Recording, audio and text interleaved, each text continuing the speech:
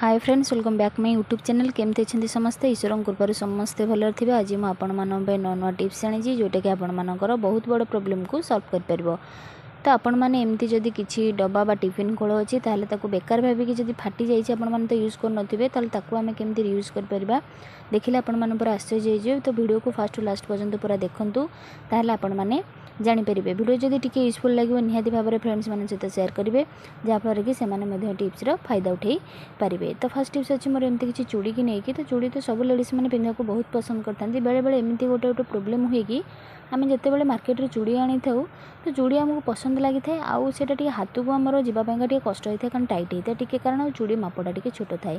तो ताकू आम केमी ठीक वे माने हाथ में पिंधा तार सुंदर टिकटा आपण सहित शेयर करेंगे। आशा करी सब लेडीज मैंने ये प्रोब्लेम को फेस करते।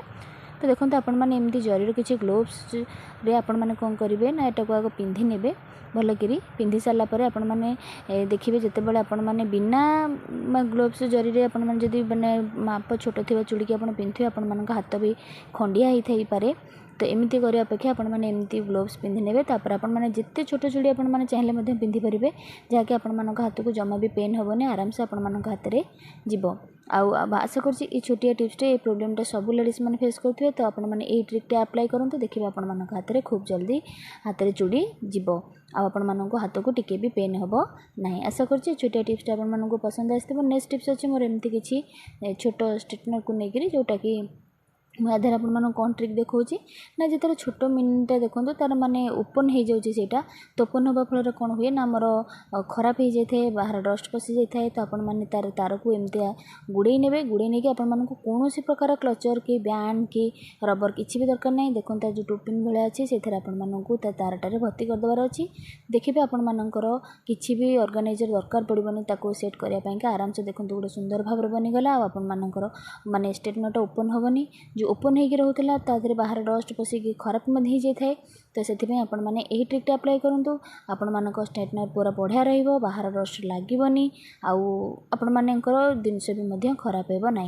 जो मैंने आज मो चैनल नुआ थे प्लीज चैनल को सब्सक्राइब करेंगे पाखे बेल बटन को क्लिक करेंगे और थैंक्स ऑप्शन को क्लिक करेंगे जहाँफल कि आपण मानकर बहु संख्यार आपण मैंने देखिपार आपण मानक बहुत बहुत धन्यवाद। नेक्स्ट टिप्स अच्छी एमती किसी प्लास्टिक कंटेनर बा टिफिन जो टिफिन के आपण मैंने यूज करना प्लास्टिक डब्बा फाटी जाइए तो आपण ताको बढ़िया कम यूज करेंगे से पूरा कहबार अच्छी।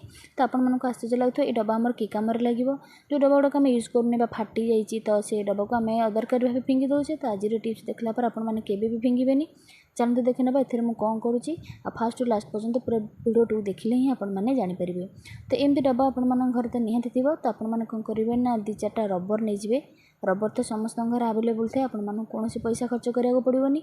आ देखिए आप बढ़िया ऑर्गेनाइजरटे बनीज आपने केवे भाव नी कि ये डब्बार रियूज आम एमती करें बोलिका सब जिन रियूज थाए जदि आम टे माइंड खर्च कर कम लगे पार्बा आमर मनी सहित टाइम सेव होपर। तो देखो रबरटा आपण पूरा सेट करके दबार अच्छी आप 4-6टा रबर देदेले मैंने तादर बहुत गुड़ाक सेल्फ माने आसीज जहाँफल कि आपण मैंने बहुत गुड़े जिनस रखिपारे आपण मानकर माने मेकअप जिनस हो पेन स्टैंड हो जो जिनस सब आप चाहते छोट छोट जिनस से जिनस को आपण मैंने सेपरेटली रखिपारे।